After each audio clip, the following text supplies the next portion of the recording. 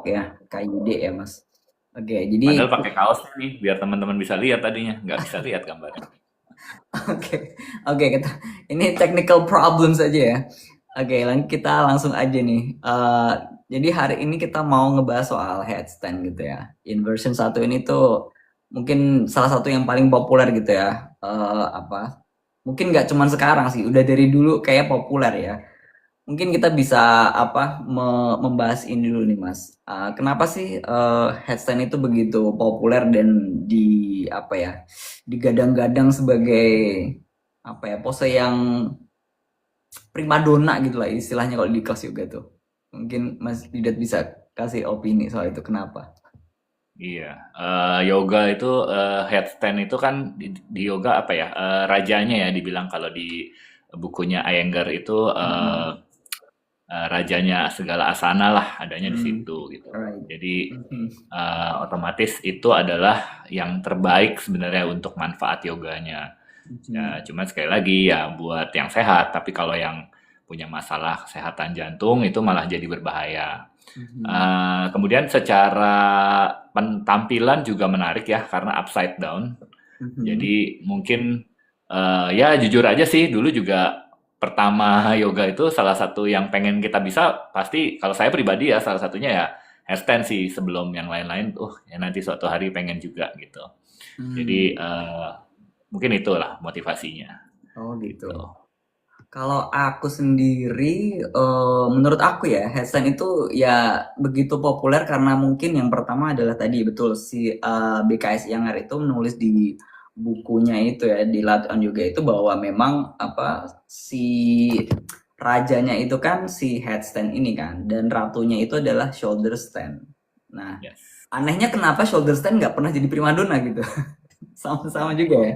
Ya itu aneh juga sih. Maksudnya sama-sama inversion gitu kan. Dan keduanya juga ditahbiskan sebagai ibaratnya raja dan permaisuri gitu kan. Tapi Iya. Hildestan enaknya kenapa tidak pernah itu ya mendapat sorotan yang atau apa sih popularitas yang sama gitu lah ya dengan si Hasan ini. Aku juga masih agak penasaran gitu ya. Tapi ya anyway, tapi memang betul ya bahwa dari segi estetika gitu kan, secara visual itu Heisen tuh sangat-sangat menarik karena ya tidak lazim gitu ya. Ketidaklaziman itulah yang membuat orang tuh mungkin sangat tertantang dan ingin menguasainya gitu ya. Jadi kalau mungkin kita apa basicnya itu manusia berdiri dengan kedua kaki gitu ya. Kalau kedua kakinya itu bisa melayang tuh kayak wow prestasi banget gitu. Gitu kan Mas kalau Iya. apa pemula gitu ya cara berpikirnya tuh biasanya seperti itu ya. Ya, Mhm. shoulder stand mungkin dianggapnya kurang ini ya, kurang susah mungkin karena Oh, setahu saya mhm. kalau kita SD dulu dapat itu namanya sikap lilin ya. Iya iya iya Eh, betul. Mhm, mhm. Cuman kadang-kadang menurut saya, walaupun posenya istilahnya mungkin tergolong lebih mudah ya kalau kita bandingkan dengan headstand, Iya tapi betul. sebenarnya mengandung resiko yang cukup tinggi sebenarnya pose itu. Mhm, Kalau saya sendiri pernah ada klien, mhm, suaminya ikutan yoga gitu ya, bukan sama saya di mhm, satu tempat, itu nyoba shoulder stand, mhm, katanya kemudian ke belakangnya itu ke pose plow ya, ke bajak. Nah mhm. itu akhirnya lehernya itu sampai sakit dan 3 bulan pakai penopang. Jadi mungkin dipaksa ya, karena posisinya kan sebenarnya shoulder stand itu kalau udah ke belakang, kalau masih ke atas masih oke lah ya. Tapi ketika Mhm. ke plow itu kalau forward band yang nggak bagus kan pasti akhirnya jadinya membungkuk dan banyak tekanan di leher Leher. sebenarnya. Iya betul. Makanya kalau di Iyengar itu teman-teman kalau pemula tuh banyak banget propsnya tuh disiapin dulu selimutnya, kemudian ya untuk support Mhm. supaya lehernya nggak terlalu ketekan gitu loh karena berbahaya. Iya. Ini pengalaman ya, bukan ini. Sampai coachnya yang di tempat itu mundurin diri Oh gitu. gitu. Ya real, sampai 3 bulan suaminya itu pakai penopang saya lihat gitu loh. Jadi Berarti kasihan maksudnya.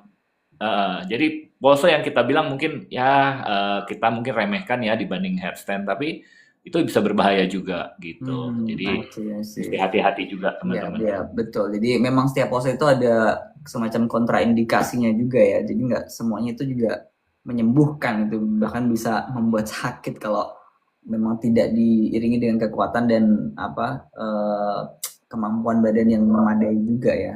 Iya betul. Jadi Ya, memang betul. shoulder stand karena neck flexionnya gini ya, harus sangat-sangat nekuk gitu ya, si apa dagunya sampai ke dada gitu. Dan kalau di sini emang apa kaku dan secara anatomikal tidak mendukung ya sangat susah dan malah membahayakan memang sih. Kan Betul. kalau kita balik shoulder stand itu posisinya seperti lagi Paschimottanasana sebenarnya. Cuman Mm-mm. dengan leher dagunya ditarik ke dada. Jadi kalau Mm-mm. Paschimottanasanya jelek, ya pasti flow-nya juga jelek karena itu Mm. sebenarnya pose Iya yang sama di betul. balik. Iya betul. Nah, nah ini kemarin kan aku pernah bahas gitu ya. Yang cukup baik perbincangan adalah kapan kita udah mulai bisa belajar headstand. Karena sekarang ini mungkin nggak sekarang aja juga sih, udah dari dulu ya. Banyak orang yang pemula aja udah sesi pertama itu udah dikasih headstand gitu sama gurunya dalam tanda petik gitu ya. Entah itu yang gurunya yang belum paham atau muridnya yang terburu nafsu, tapi fenomena seperti itu tuh sekarang sudah sangat menjamur gitu ya. Headstand di kelas pertama. Menurut Mas Didot sendiri gimana tuh? Is Iya, it? bisa bisa dua-duanya ya. Tapi kalau saya Hmm. eh, kewenangan itu kan ada di guru ya sebagai yang penanggung jawab kelas gitu ya. Jadi Hmm. kalau menurut kita dia belum mampu, ya jangan dipaksakan. Mungkin zaman sekarang kan memang persaingan guru tuh ketat ya. Ah, masa nggak dikasih-kasih handstand sama itu? Mungkin gurunya juga pengen nyenengin ya. Mungkin udah Iya, sekian iya. kali gitu belum bisa-bisa. Cuman menurut saya sih itu kurang wise karena kalau kita mau headstand kita mesti cek dulu paling nggak untuk headstand tuh ada tiga hal yang saya perhatikan. Satu, Hmm. kita punya forward bend udah lumayan bagus karena pada saat kita terbalik kakinya itu kan melakukan sedikit forward bend juga tuh ke seperti Hmm. Paschimottanasana. Iya, Kalau benar. hamstringnya masih belum panjang, otomatis nanti sama pasti kepalanya nengkuk ke dalam dan itu tekanannya nanti lagi-lagi ke leher. Itu Mhm, satu. betul. Kedua, udah pasti shouldernya harus kuat.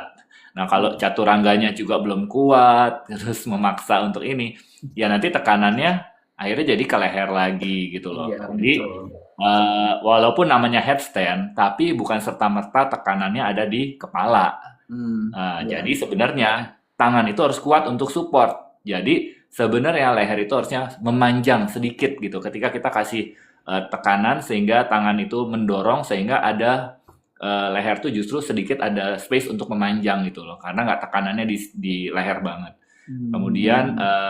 yang ketiga udah menguasai balance-nya ya karena sebenarnya secara visual orang-orang akan berpikir handstand itu adalah naik ke atas. Sebenarnya enggak. Semua pose yoga itu about balance sebenarnya.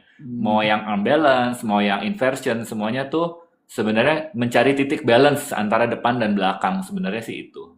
Cuman karena Hmm. kakinya ada yang ke atas, jadi kelihatannya seperti ke atas. Sebenarnya enggak seperti itu. Kalau kita yang udah paham, oh panggulnya harus ke depan, ketika kakinya ke belakang, dan ketika kaki ke depan, panggulnya harus masuk. Jadi ngebalance di situ sih yang udah paham. Jadi harus ngerti dulu prinsip-prinsip dasarnya. Ya, minimal udah panjang lah badannya itu saya bilang ya untuk masuk ke handstand. Tapi itu bisa kalau nggak parah banget bisa disupport dengan misalnya pakai blok atau naiknya dari bangku gitu ya supaya startnya nggak terlalu dalam gitu loh untuk forward bandnya. Tinggal kekuatan sih. Makanya kalau untuk handstand teman-teman kalau yang di gym kan biasanya kuat-kuat tuh ya cowok-cowok. Nah itu biasanya saya kasih tripod karena di situ less Hmm. untuk hamstringnya dengan Hmm. memakai posisi tripod. Tapi kalau kita pakai yang supported, yang tangannya dikunci ya sikunya di bawah, itu otomatis itu sedikit lebih minta flexibility, terutama di shoulder sih sebenarnya.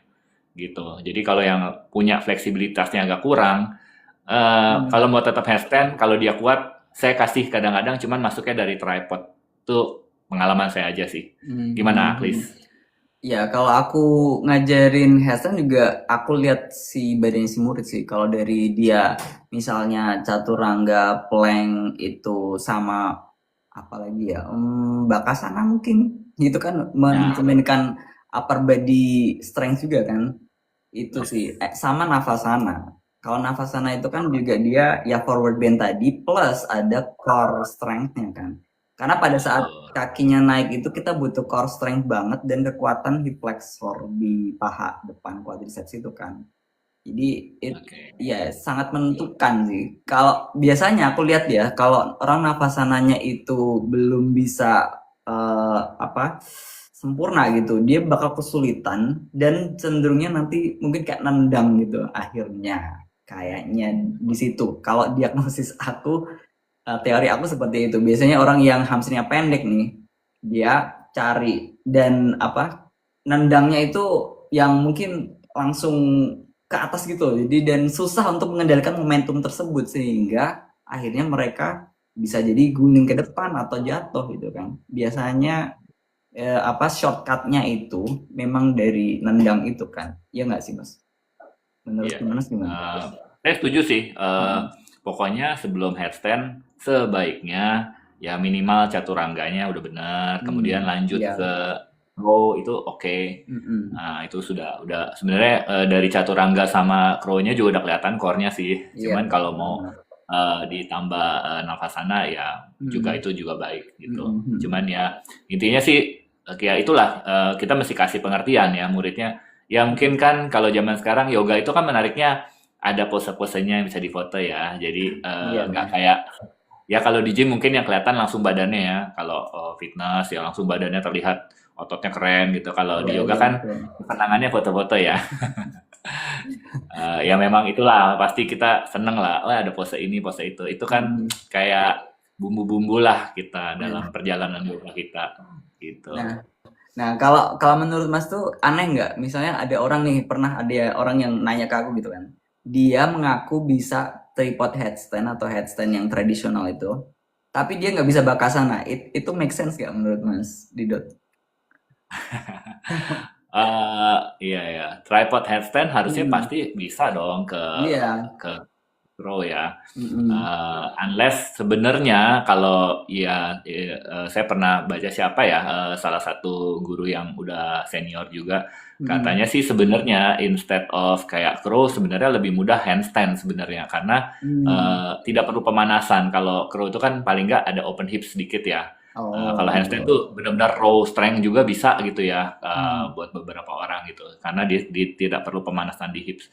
Cuma saya sih setuju. Jadi untuk Hmm. apa namanya tidak ada urutannya ya.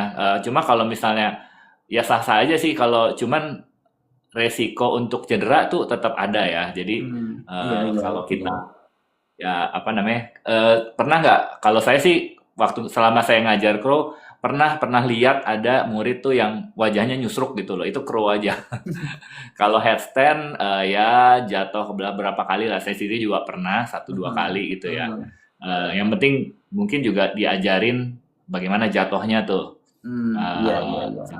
cara jatuhnya atau ya kalau pemula ya pakai pakai tembok aja lah gitu. Hmm. Nah, kalau dari apa pandanganku sendiri, kalau ada orang yang bilang bahwa dia itu nggak bisa bakasana mas, tapi aku bisa tripod gitu.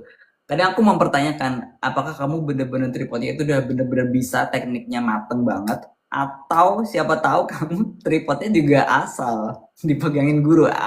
Kan kita nggak tahu definisi bisa itu seperti apa. Kadang ada orang yang begitu menggampangkan ya. Jadi asal dia kakinya udah naik, oh aku udah bisa di checklist gitu ya dalam apa istilahnya daftar asana yang dia bisa unlock gitu ya itu tuh kayak Hmm. orang tuh seakan menggampangkan seperti itu jadi kakinya udah naik berarti aku udah bisa pose itu gitu. Uh, is that a good definition?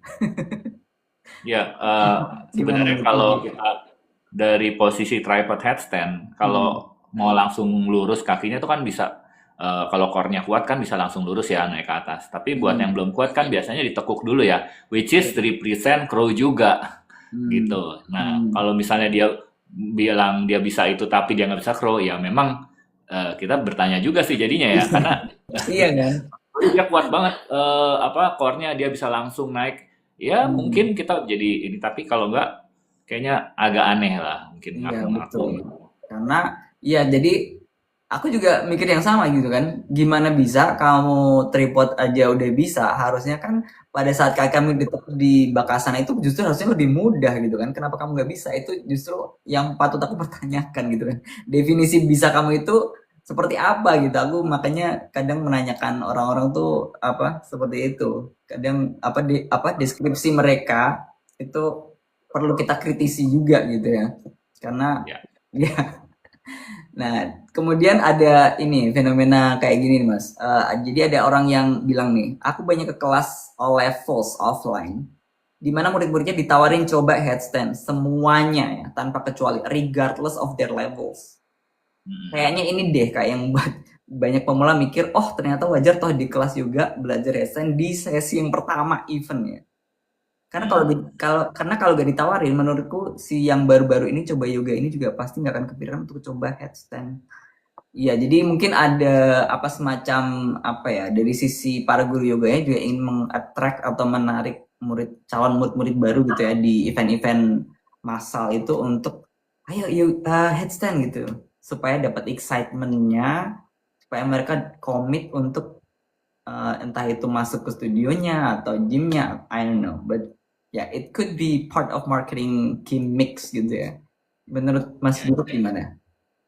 Iya, Setuju nggak? pernah jujur aja ya Ah, di kelas komunitas pun kan ada juga yang ngasih headstand dan di hmm, komunitas tuh kan ada orang yang baru pertama kali. Jadi ini iya. pasti satu hal yang wajar. Cuman mungkin itu adalah kebijaksanaan gurunya untuk ngasih opsi. Misalnya mau Hmm, tetap mau ngasih headstand, mungkin nggak sampai kakinya diangkat kali ya. Jadi hmm, cuman hmm, sampai nyicip aja kepala di bawah, pantatnya di atas, hmm, ya dengan posisi itu aja. Sebenarnya kalau orang yang nggak biasa, itu kan kepalanya pasti sakit. Kulit kepalanya belum, istilahnya belum tebel lah. Kalau orang istilahnya belum kapalan gitu ya. Ya jujur aja kalau orang baru pertama headstand, iya pasti. misalnya nggak pakai alas apapun di lantai itu pasti sakit. Kalau Hmm, yang udah biasa nggak ada masalah tuh, yang udah iya. sering headstand mungkin udah terbentuk sakit lah nggak seberapa lah gitu. Jadi kita yang udah lama ya tinggal di outdoor pun nggak pakai matras juga nggak masalah untuk headstand gitu loh. Tapi Hmm, eh, ya itu tekanan di kepalanya aja sakit sebenarnya buat yang baru. Nggak usah kita ngomong kakinya diangkat lah ya. iya, iya. Jadi mungkin seperti itu. Di rabbit pose pun sebenarnya apa udah sakit ya, iya nggak sih? Harusnya ya. Oh, Nggak. rabbit ya, ini betul betul betul Iya rabbit kan, namanya. betul, iya kan.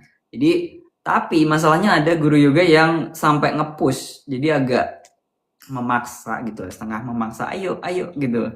Menurut Mas Didot gimana tuh? Apakah itu Eh, etis juga? Maksudnya setengah memaksa murid ya? Maksudnya muridnya udah apa? Udah kayaknya saya enggak deh, kayaknya deh. Ayo coba lagi gitu. Jadi kayak ayo, ayo. Gimana tuh Mas? Jujur saya lihat dulu kalau saya nggak kenal saya nggak berani untuk ini. Kalau saya Oh, nggak maksudnya gini, kita nggak perlu kenal terlalu gimana. Tapi kan dari dia beberapa kali pose atau apa kan kita bisa lihat ya. iya, iya, Kira-kira nih iya. orang sebenarnya bisa. Itu kan kebijaksanaan si guru. Iya, Jadi betul. di situ mungkin dia ngeliat nih sebenarnya nih orang bisa gitu. Cuman Hmm, dia mungkin hmm, belum tahu caranya karena badannya udah hmm. siap, mungkin udah panjang, Iya, hipsnya udah iya. buka-buka, Hmm, kemudian kelihatan badannya udah keker gitu ya, udah kuat nih hmm, sebenarnya hmm, secara hmm, caturangga tadi kita udah liatin lah pose-pose sebelumnya itu mungkin bisa aja kalau memang hmm. intuisinya guru itu bilang oh ini sebenarnya bisa cuman perlu diarahkan aja tapi Iya. kalau mostly ya sama-sama tahu diri lah ya kalau misalnya gurunya juga eh, tidak bisa terlalu memaksa mungkin cuman Hmm, kalau saya ya itu tadi Chris sampai sekedar ngasih oke lah yang penting bokongnya naik udah seperti di rabbit atau lebih tinggi sedikit tuh ya jadi apa cuman ngelurusin kaki aja mungkin sampai situ yang penting dia dapat beraninya gitu loh cuman oh gini rasanya kebalik ya walaupun kakinya nggak naik dan si murid juga ya udah harus tahu diri lah bagaimana gitu. oh, I see. Ya, jadi emang kalau aku sendiri sih, aku lihat dia assessment dulu sih dari si muridnya. Kalau dia tekniknya tadi aja yang unbalance basic aja kayak plank chaturanga itu dia bermasalah, aku nggak bakal kasih headstand kayak gitu-gitu. Nah, Udah, betul. iya iya. Jadi ya aku nggak akan kasih buat orang-orang yang masih pure beginner gitu, nggak pure sama sekali nggak. Jadi ini ada pertanyaan juga nih. Oh, apa tadi? Bentar. Ini di kolom komentar tuh ada. Headset lebih cepat progres daripada twist lebih susah. Gugup. Hah? Maksudnya gimana? Oke, mungkin headset oke, mungkin lebih cepat progres. Apakah benar? Tapi tergantung badan masing-masing orang juga nggak sih? Iya kan? Ada orang yang mungkin lebih nyaman twisting. Aku nggak tahu ya. itu kan semacam apa ya, preferensi pribadi ya nggak sih Mas? Menurut Ya, Mas sendiri gimana? tiap orang badannya beda. Nah, Mhm. seperti apa namanya pertanyaannya, apakah guru yoga itu harus bisa semuanya, Iya. semua pose? Saya jujur beberapa backbend ya Mhm. mungkin yang dalam-dalam apa nggak terlalu bisa lah ya. Untuk Mhm. tekniknya saya ngerti gitu, Mhm. tapi mungkin kadang-kadang di kelas tuh ada aja yang lebih jago gitu ya. Tapi bukan Mhm. bukan itu. Yang penting kita secara knowledge-nya kita punya, ya Mhm. boleh-boleh aja sih ngajarin gitu. Cuma Mhm. kalau misalnya kayaknya kalau guru yoga harus bisa semua, menurut saya eh, nggak mungkin lah terlalu muluk gitu ya. Mungkin hanya Mhm. nanti akhirnya cuman satu dua orang doang yang boleh ngajar kalau memang dia harus bisa semua gitu. Iya, iya. Jadi balik lagi ya setiap orang berbeda tubuhnya. Mhm. Mungkin kalau orang itu ya bisanya lebih cepat progres di mana, tapi itu mungkin kelebihannya dia. Kayak kalau Aklis nih kan lumayan banyak nih bisanya nih ya kan. Ada orang yang fokusnya kekuatannya, ada orang fokusnya fleksibel, fleksibel juga Mhm. macam-macam ya. Ada yang back bend, ada yang forward Iya, bend, ada yang twist ya. iya. Gitu. Jadi setiap Ya orang sebenarnya punya. itu ya takdir anatomis seseorang gitu ya, beda-beda ya. Nah, kalau mau lebih dalam lagi kita bahas anatominya, ya Iya. kita Mhm. apa namanya harus ngerti akhirnya. Oh, nggak Mhm. bisa dipaksa semua orang harus sama gitu. Nah, Nah, cuman saya mhm. itu tuh kemarin dari pembicaraan kita tuh ini, apakah guru yoga itu harus Bisa headstand. bis bukan bukan Apa harus bisa tuh? handstand. Apa? Harus bisa handstand juga ya. Oke, kita bahas itu dulu deh. Apakah guru yoga itu harus bisa Ya, handstand? ya, karena aku juga Kalau dapat pertanyaan ini gitu kan. Dia ada yang bilang, kok aneh ya guru yoga aku nggak bisa headstand gitu Mas. Apakah itu wajar atau enggak gitu? Is it ya, kalau dia ngajar normal? basic ya nggak apa-apa dong. Iya, iya, Ya iya. kan? Dia Hmm. juga baru basic, tapi dia sudah lulus mungkin 200, tapi dia juga Mhm. lagi belajar headstand, jadi dia Iya. mungkin nggak menguasai itu, tapi dia menguasai yang lain. Dia balik lagi, selama dia sudah memenuhi prasyaratnya, Hmm. kemudian dia juga secara keilmuan dia mumpuni, ya cuman dia mungkin untuk headstandnya dia belum bisa, dia lagi belajar gitu. Jadi dia Mhm. mungkin juga nggak terlalu ngajarin itu. Kalau saya sendiri ya, kalau backbend yang dalam-dalam biasanya saya ambil murid yang ini, Belajar belajar. karena ngajarnya akan lebih susah juga ya, sambil kita ngomong, sambil kalau posenya kita nggak terlalu nguasain gitu. Nah, jadi Mhm. menurut saya sih tidak harus, Mhm. tapi mungkin kelasnya disesuaikan ya. Mhm. Nama kelasnya Mhm. mungkin basic gitu ya, Oh, iya, eh, iya betul. atau Tapi gentle yoga. Kayaknya nggak uh, akan ada handstand di basic dan gentle gitu. nah, tapi tentang masih tentang headstand ini yang apa ada guru yang nggak bisa headstand. Tapi mengapa headstand itu dijadikan sebagai salah satu indikator atau prasyarat gitu ya buat seorang guru yoga untuk bisa ikut teacher training, calon guru yoga maksudnya. Calon guru yoga untuk bisa ikut teacher training itu salah satu syaratnya kan harus bisa apa kemarin split, Ya, kemudian kayang ya, kayang will. headstand, ya kan, Ya, kayang ya. Jadi kalau dari aku sendiri menurutku ya, kalau dia udah bisa headstand itu adalah salah satu indikator bahwa fisik dia siap untuk menjadi guru gitu. Is it? Do you agree with that or not? Ya, setuju. Mungkin Hmm. gini, kalaupun guru itu nggak bisa handstand, mungkin ya nggak bisa di tengah. Tapi dia mungkin Hmm. kan syarat itu yang saya pernah sebutin itu kan syaratnya boleh di tembok. Mungkin dia Hmm. beraninya di tembok, di tengah itu nggak semua orang Betul. bisa gitu ya. Iya, Nggak iya. semua orang Betul. berani di tengah-tengah. Jadi Iya. itu Hmm. gini, kalau orang sudah bisa headstand, saya bisa pastiin itu dia pasti sudah latihannya di atas 6 bulan lah minimal. Hmm. Hmm. Atau kalau mau udah bagus itu pasti udah minimal setahun tuh udah pasti. Nggak mungkin Hmm. orang baru 3 bulan gitu udah langsung bisa handstand. Itu menurut saya eh, Sangat apa namanya? sangat langka gitu lah ya. Mungkin kalau dia mungkin udah melakukan yang lain itu beda ya. Kalau Iya, misalnya dia betul, betul. fitness atau dia sudah Hmm. melakukan apa mungkin olahraga lain kalistenik itu saya Hmm. percaya kalau itu. Tapi kalau Hmm. benar-benar beginner kemudian dia bisa langsung headstand dalam waktu di bawah 6 bulan sih kayaknya eh, agak langka lah kalau seperti itu Hmm. ya. Jadi memang tujuannya sih menyaring sih sebenarnya, menyaring orang Hmm. yang sudah serius berlatih. Karena kita Hmm. juga gini lah, saya split aja jujur saya bisa setelah 2 tahun. Saya setelah Hmm. 2 tahun latihan ya.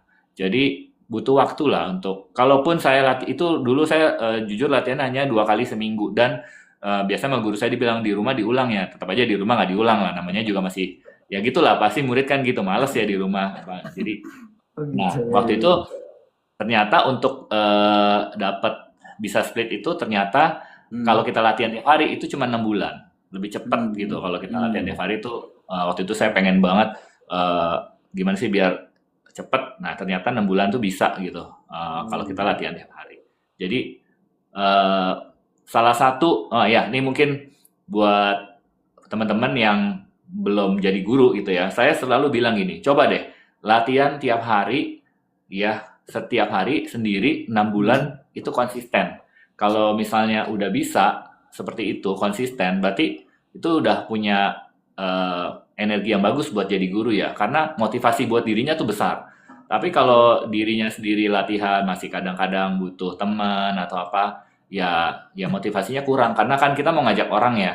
Jadi coba Betul, latihan betul. sendiri 6 bulan, walaupun itu cuma setengah jam, nggak apa-apa. Yang penting apa namanya latihan sendiri itu untuk memfilter diri Anda tuh sebenarnya serius nggak sih punya motivasi yang besar nggak karena nanti Anda harus ngajak orang gitu mungkin Iya. tipsnya saya pernah dapet tipsnya kalau di rumah matrasnya nggak usah digulung-gulung taruh aja udah buka aja jadi langsung langsung nggak ada alasan lagi kan mesti gulung lagi buka lagi Oh gitu. udah ada satu tempat di mana itu selalu itu udah everyday putusin harus latihan Oh coba gitu. begitu Oh iya gitu. disiplin.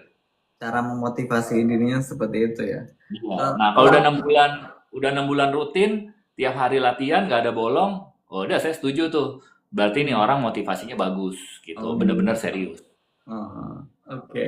Oke, nice tip di situ ya. Berarti matrasnya digelar terus ya. Iya, nggak usah digulung-gulung. Tapi masalahnya kalau belum punya matras sendiri gimana tuh? Karena aku honestly dulu aku belum punya matras dulu. Pada saat aku latihan dulu itu, jujur ya di sini pas di Yoga Gembira itu dulu aku mungkin tahun-tahun pertama ya aku pinjem banner sumpah Mas. Belum belum Nah, beli ya. Udah, matras saya tahu dulu. Aktif dari awal. Jadi Nggak, sebenarnya gini ya, apakah matras yoga itu penting? Menurut saya itu aksesoris sebenarnya sih. iya Kalau iya kita iya. lihat zaman dulu sebenarnya yang awal-awal di yoga kan dulu nggak ada yoga mat. Yoga mat Betul. kan nggak ada Iya zaman dulu. betul. Yoga mat kan Hmm. baru produksi sekarang. Jadi Iya. orang latihan dulu ya latihan aja di lantai, di tanah gitu ya, di rumput. Jadi apa Hmm. adanya. Dan beberapa temen kayak guru saya ya, Pak Jarot yang udah 80, dia juga nggak pernah bawa yoga mat, paling yang nyediain muridnya. Terus kemudian Yeni Christine juga setahu saya nggak pernah bawa yoga mat, dia pengennya lepas aja di mana dia latihan nggak terbatasi oleh matras. Jadi dia nggak pernah bawa matras. Yang saya tahu Oh, gitu. oke Jadi oke. nggak mesti ada sih Iya iya iya. seperti musik. Apakah harus latihan yoga harus ada musik? Ya kalau ada lebih bagus. Kalau nggak ada juga jangan jangan tergantung sama Oke. itu. Kecuali latihannya yang mungkin yang yoganya pakai musik ya, ya itu lain cerita ya. Tapi Betul. sebenarnya Salah satu. tidak harus pakai musik. Demikian juga tidak harus punya yoga mat. Ya dulu kan Hmm. Akris hanya spanduk aja. Yang penting kan bener-bener latihan gitu loh. Datang Iya. komit itulah gitu. Betul Jadi betul. jangan jangan beralasan nggak punya yoga mat terus nggak latihan gitu loh itu. Iya Jadi iya. Hmm. sesimpel itu sih. Jangan Betul. bikin intinya Ribet adalah ya, you and jangan your dibikin ribet body. gitu ya. Punya badan, udah itu udah cukup buat Hmm. Anda berlatih. Jangan pakai alasan nggak punya yoga mat yang gini-gini. Nggak perlu kok. Iya iya. Jadi ya emang karena banyak orang yang mungkin sekarang apa aku belum punya yoga mat tadi jadi aku nggak mau ikut dulu lah gitu, mau nunggu beli dulu ya kapan gitu, maunya beli manduka yang mahal atau reformi kan susah gitu ya. Jadi akhirnya nggak jadi mulai gitu kan. Jadi ya gitulah ya. Jadi memang yoga mat itu bagus kalau punya, kalau nggak pun juga nggak masalah gitu ya. Bisa ganti karpet atau apapun itu yang Jadikan sebagai self reward menurut saya. Jadi kalau Anda udah latihan rutin 6 bulan, Anda sambil nabung tuh tiap bulan misalnya 100.000. Ketika Anda, oh gue udah komit nih, ya udah kasih self reward. Kayak gue beli yang hmm, agak bagus nih gitu. For hmm, information aja, yoga mat yang agak bagus menurut saya sih paling nggak di bawah 300 sih kayaknya sih setahu saya ya. Yang hmm, lumayan udah mulai grip. Ya kalau mau yang bagus banget ya di atas 1 juta banyak lah. Tapi kalau Iya, kita iya, bilang di tengah-tengah antara 500 sampai sejuta tuh udah banyak yang bagus. iya. Jadi, tapi kalau pengalaman saya, kalau di bawah 300 mendingan nggak usah beli dulu karena licin gitu loh. Ya udah Iya, pakai apa betul. adanya aja. Istilahnya Betul. yang ada aja. Kalau dulu ada di Yoga Gembira ada yang pakai kertas koran, ada yang pakai ya spanduk kayak aklis, ada juga yang bawa sajadah ya kan. Jadi Kayak piknik ya malahnya jadinya. iya, jadi ya yang penting datang latihan udah gitu aja Iya, gitu. betul. Paling ya kotor-kotor dikit lah kalau misalnya di Sebenarnya koran. aku punya apa bawa alas pun itu sebenarnya biar nggak kotor aja pakaiannya. That's it. Betul. Hmm. Iya, sesimpel itu sebenarnya ya. Oke, one more question nih, Mas. Kalau jadi kan kita apa mau mengatakan bahwa harus mengakses dulu ya sebelum kita ngajarin handstand seseorang tuh kita harus lihat dulu apa sih kesiapan fisik si muridnya ini gitu ya. Nah, kalau menurut Mas, apakah misalnya orang yang apa ya udah olahraga tadi ya, misalnya dia udah gimnastik sebelumnya atau calisthenics sebelumnya, apakah itu boleh langsung headstand gitu? What do you think? Eh, Kalau saya lihat badannya kuat, makanya saya bilang, wah ini secara massal udah siap nih. Cuma mungkin Hmm. badannya biasanya kalau orang gym ya agak kaku ya. Ya, ya, Oke, ya, kalau ya. begitu saya Mobility-nya. coba paling kasih tripod headstand atau crow dulu. Saya lihat kalau dia udah bisa crow, ya tinggal lanjut. Hmm. Nah ini paling taruh lututnya di siku, habis itu nanti mungkin saya jagain untuk bantu naik. Itu saya berani Hmm. ngasih kalau saya lihat. Tapi itu balik lagi ya, itu assessment Anda. Kalau saya sih berani kalau lihat badannya memang udah siap, cuman dia mungkin kurang fleksibel gitu. Iya. Iya, betul. Jadi ada juga yang apa ngomong gitu ya. Tergantung orangnya nggak sih Kak gitu kan. Karena ada juga orang yang misalnya dia udah apa ada riwayat olahraga sebelumnya gitu ya. Misalnya apapun itu CrossFit atau calisthenics atau gimnastik sebelumnya, siapa tahu dia atlet juga gitu kan. Tiba-tiba dia ingin ikut yoga dan mau coba handstand ya nggak masalah gitu ya menurut aku sih karena badan dia udah Iya, sebelum yoga pun dia sudah ada olahraga lain yang mendukung apa kesiapan badannya itu gitu ya. Jadi menurut aku ya betul. memang nggak apa-apa gitu ya. Tapi kalau misalnya kamu sedentary lifestyle ya nggak pernah ngapa-ngapain tiba-tiba dikasih handstand ya tentu saja itu nggak boleh gitu ya. Ya, gampang kalau ini cobalah kalau cewek push up 10 kali udah kuat belum? Kalau Ya, cowok antara 15 sampai 20 kalau itu masih belum mm, kuat ya iya, kayaknya jangan yang berat-berat dulu karena kasihan nanti bukan apa-apa ketika kita udah capek bahunya udah nggak support lagi udah capek karena memang juga belum kuat terus akhirnya mm, tekanan itu akhirnya di leher gitu. mm, Ada lah kasus mm. yang lehernya tuh ini karena kebanyakan handstand ada Iya, tuh. sampai mungkin pengapuran atau itu ya keseleo atau apa gitu ya.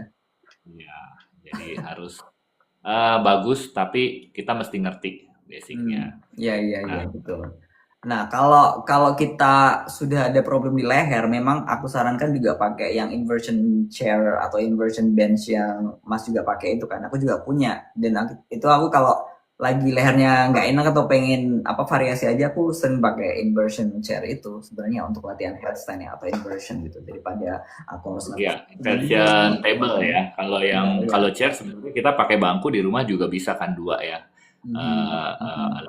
Lebih aman. Sebenarnya kalau inversion table tuh enaknya saya suka pakai juga di rumah klien saya ada. Jadi lebih apa ya, walaupun kita inversion tapi kita tuh benar-benar bisa relax gitu loh karena benar-benar Mhm, nggak perlu mikirin untuk nahan pakai bahu gitu ya. Jadi kita mhm. benar-benar bisa relax banget, kita bisa meditate gitu sih benar-benar. Kalau saya Mhm. sih senangnya itu. Iya, dia. Oke. Nah, satu tambahan lagi sebenarnya tadi yang tentang guru yoga yang apa nggak bisa headstand itu. Aku bilang ke orang yang nanya gitu ya. Mungkin ada beberapa skenario gitu kan. Mungkin dia lagi cedera gitu kan.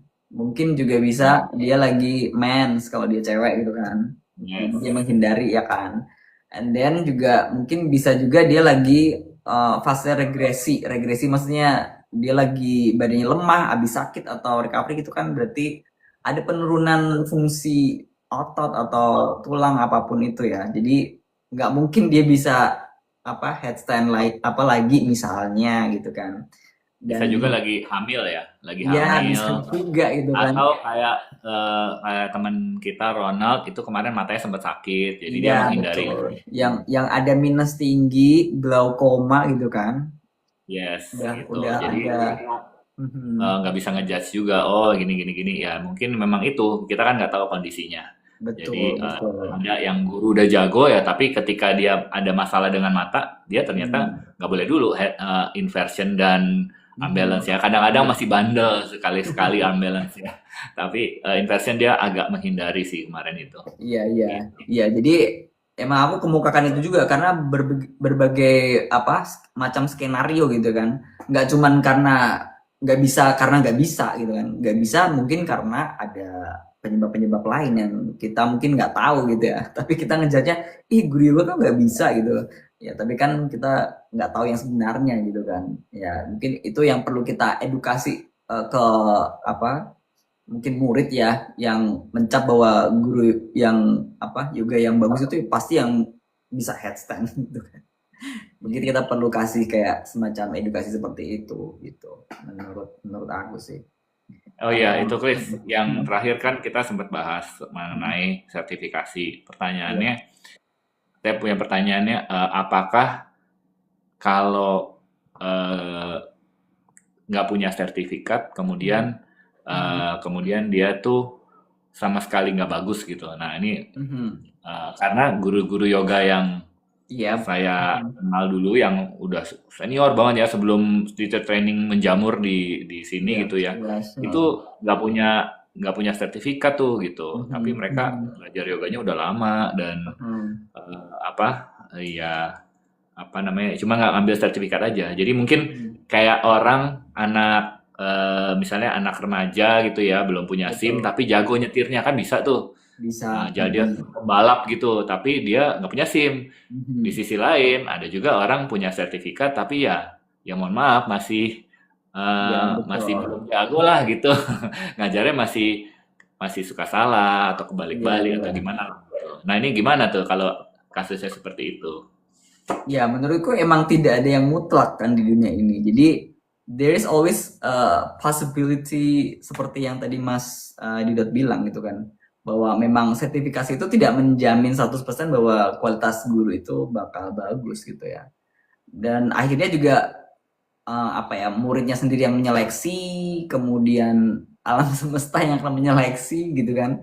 Dan apa ya memang bahwa sertifikasi itu adalah sebuah alat aja untuk memastikan kualitas. Jadi tidak bisa 100% menggaransi atau menjamin. Tetapi kita juga apa ya harus menghargai bahwa itu adalah upaya yang perlu gitu ya. Dan kalau ada kasus yang seperti Mas Yuda tadi katakan bahwa guru yoga itu ada yang tidak bersertifikasi tapi dia bagus ngajarnya, itu mungkin juga one in a million kalau menurut aku sih. Ya enggak sih? Ya, Iya kan? ya Enggak, memang. iya. Jadi Tapi zaman sekarang, ya ini kan saya bilang kan guru-guru zaman dulu ya. betul, betul. Guru-guru yang memang kalau boleh dibilang teacher trainingnya juga cuman baru ada satu Iya, dulu gitu. nah which is why gitu kan. Nah, sekarang kan beda gitu apa perkembangan zamannya. Ya, kalau sekarang sih saya setuju karena apa?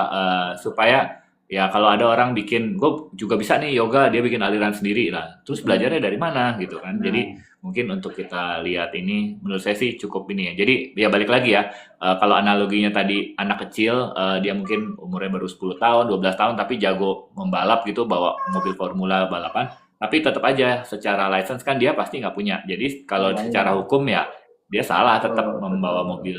Mm-mm. Gitu.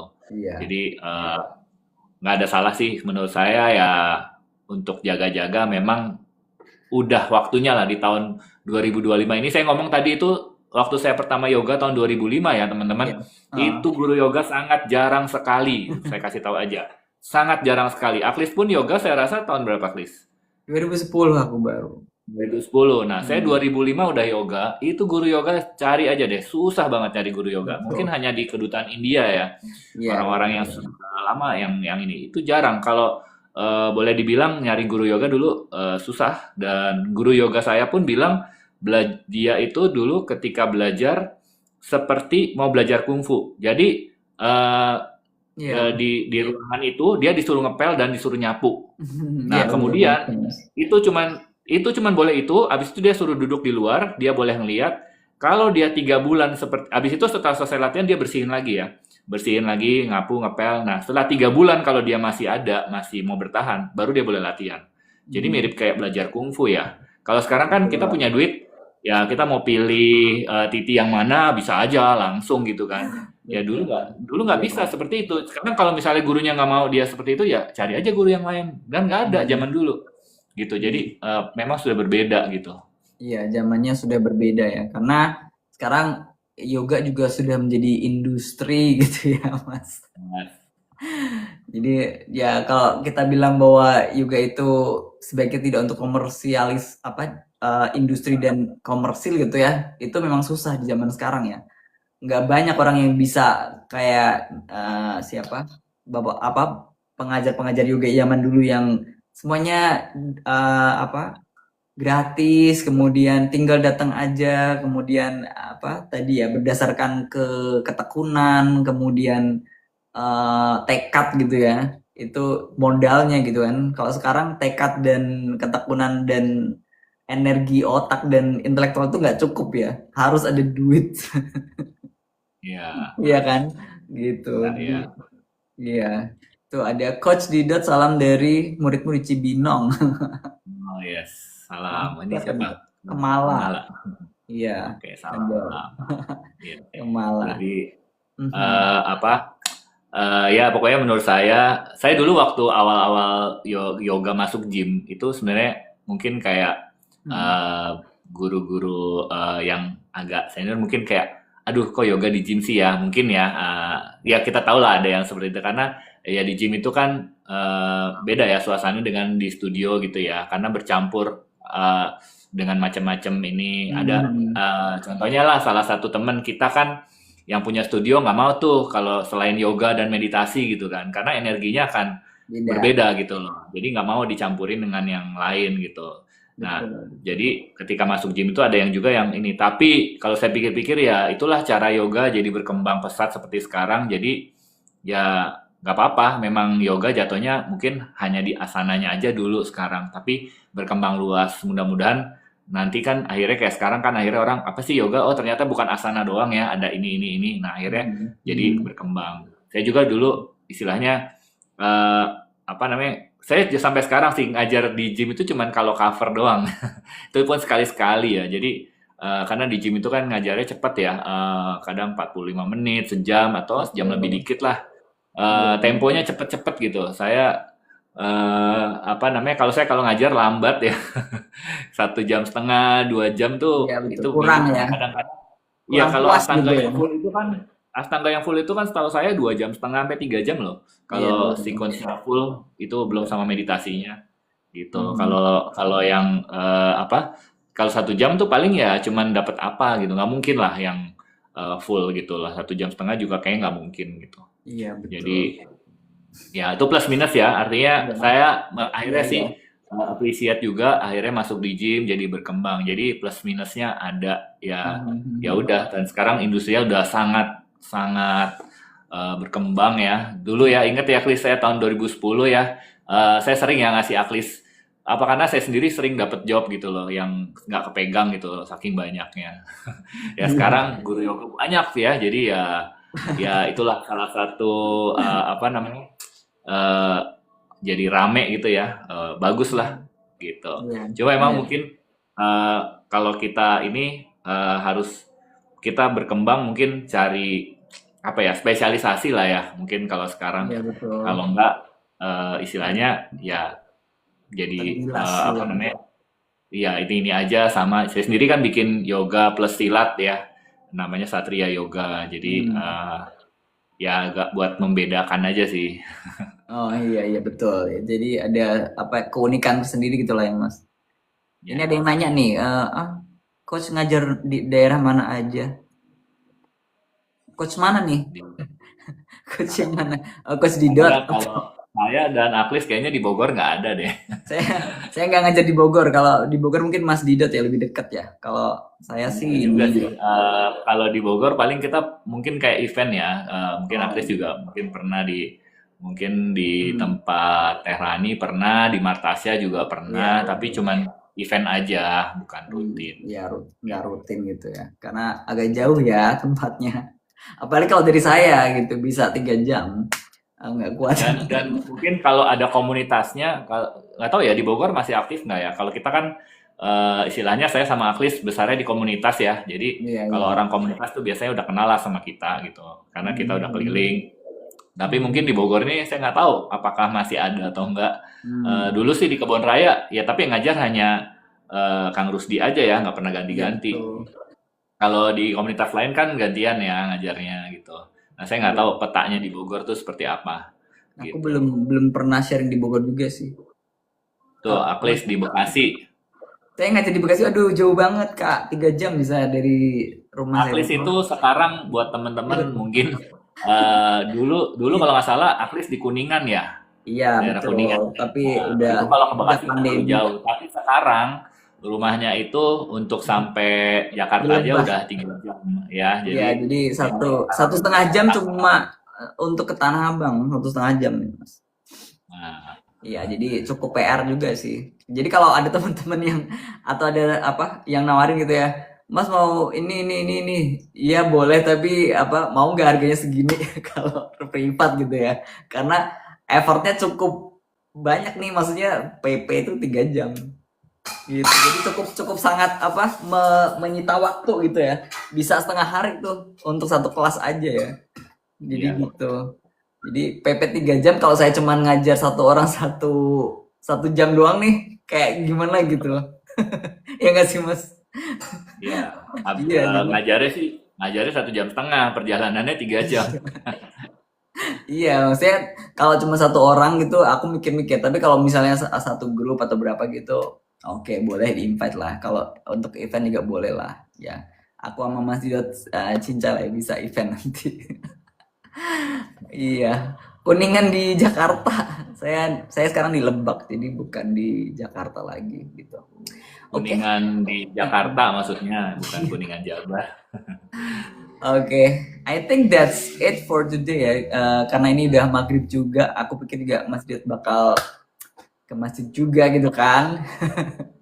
Ya, kita akhiri perbincangan kita di sini. Terima kasih Mas Diot udah gabung di Sama-sama. obrolan kita sore ini ya tentang headstand. Semoga teman-teman juga bisa dapat apa ya manfaat dari obrolan kita tadi ya tentang headstand dan banyak topik-topik lain juga yang berkaitan. Oke, thank you. Wassalamualaikum warahmatullahi wabarakatuh. And then see you on the next Friday ya. Oke, thank you. Thank you, Asli. Thank you Mas Didat. Thank you semuanya ya.